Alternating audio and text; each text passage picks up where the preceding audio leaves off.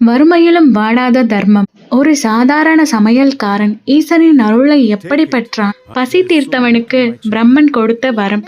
முழு கதையை வீடியோவில் பாருங்கள்.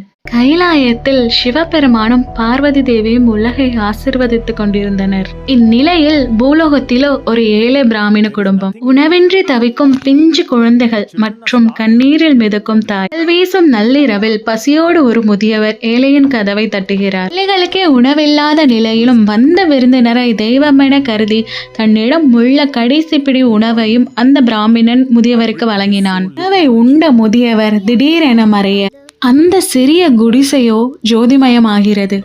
அங்கே சாட்சா சிவபெருமானே விஸ்வரூபம் எடுத்து காட்சியளித்தார்.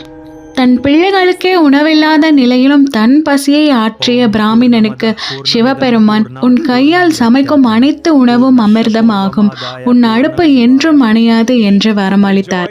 ஈசனின் அருளால் பசி என்று வருபவர்களுக்கு அமுது அளித்து அந்த பிராமணன் ஊரே போற்றும் உன்னத சமையல்காரனாக மாறினார். உண்மையான பக்தியும் சக உயிர்கள் மேல் காட்டும் கருணையுமே இறைவனை நம்மிடம் அழைத்து வரும். ஈசனின் துணை என்றும் உண்டு.